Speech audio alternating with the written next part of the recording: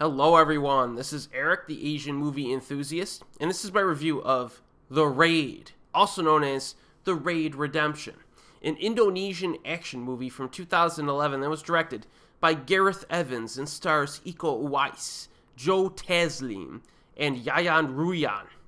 Now this review could be summarized in about 5 seconds. If you have not somehow watched this movie by now, watch it. That's your review? Really, that's your review. You can stop right now. It's one of the greatest action movies of all time. I feel like everyone knows this already, but, I rewatched it recently and felt like doing an official review, just in case some of you have not heard of this. And it's getting to the point now where this movie's 11 years old. So there is a chance that some of you have somehow not heard of this, or the sequel. Now, I've already talked about this movie way back in December of 2016. It was an early collaboration with Pieces of Work where we discussed the filmography of Gareth Evans, the director up to that point. I'll include a link in the description box below to that discussion. But I feel like I have to do a separate review of this. It doesn't feel right to not have a separate review of this all-time classic. So that's what I'm doing.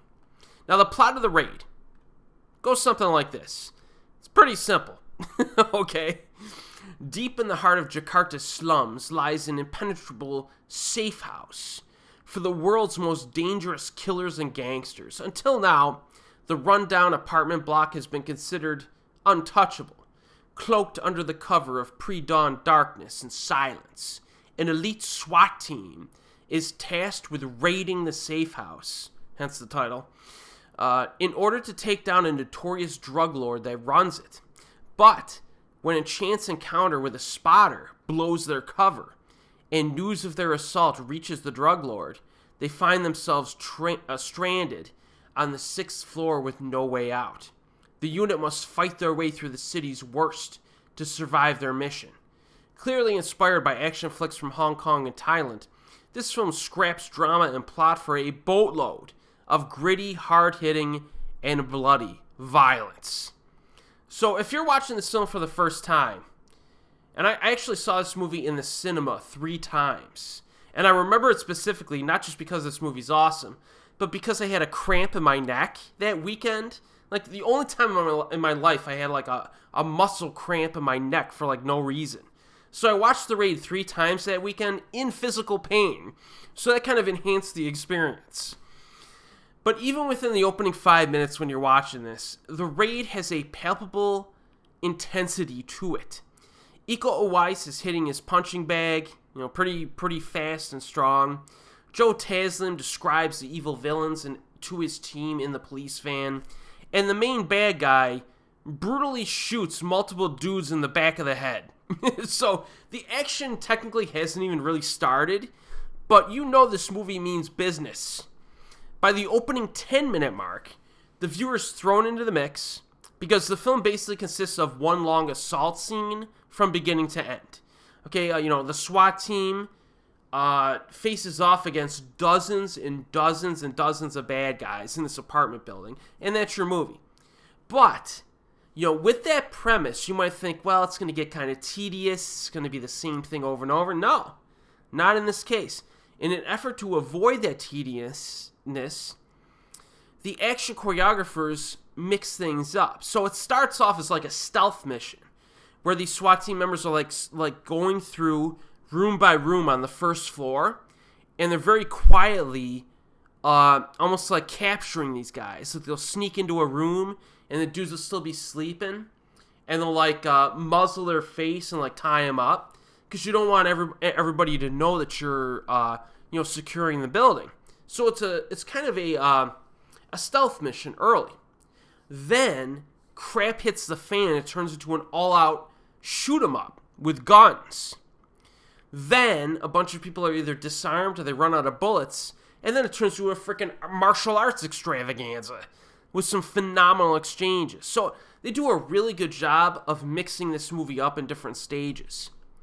And looking back on this movie nowadays, it's really freaking bizarre that a Welsh director Gareth Evans went to Indonesia and made one of the best action films of all time.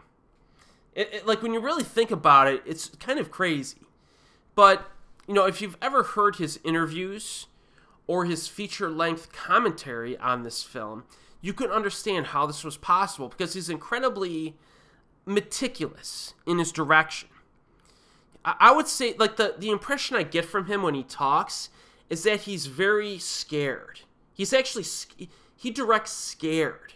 Like, if you ever hear of, like, certain athletes that play scared, like, I heard an interview with Jerry Rice, wide receiver for the 49ers, and I think I remember him saying at one point, whenever he would catch the ball, he would run scared to get hit.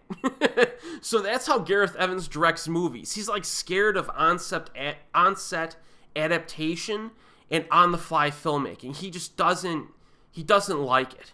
In Hong Kong, they do that all the time, but Gareth doesn't feel like he could do that. So he's very well prepared going into production.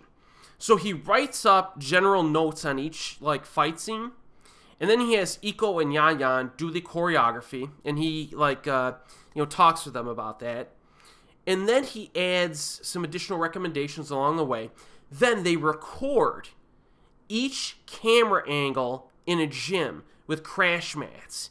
So if Iko, Yayan, and maybe a few other guys do, like, the choreography, Gareth films each and every shot that he wants. You know what I mean? Puts it into a visual storyboard on his computer. So then when they go out on set, he knows every single shot he freaking needs to get in order to do that action scene. And then as he does the shots, he drops those shots into his visual storyboard, and then he knows he has everything that he needs. So this is completely different from the Hollywood method, typically. In Hollywood, they do a lot of coverage shots, wide shots.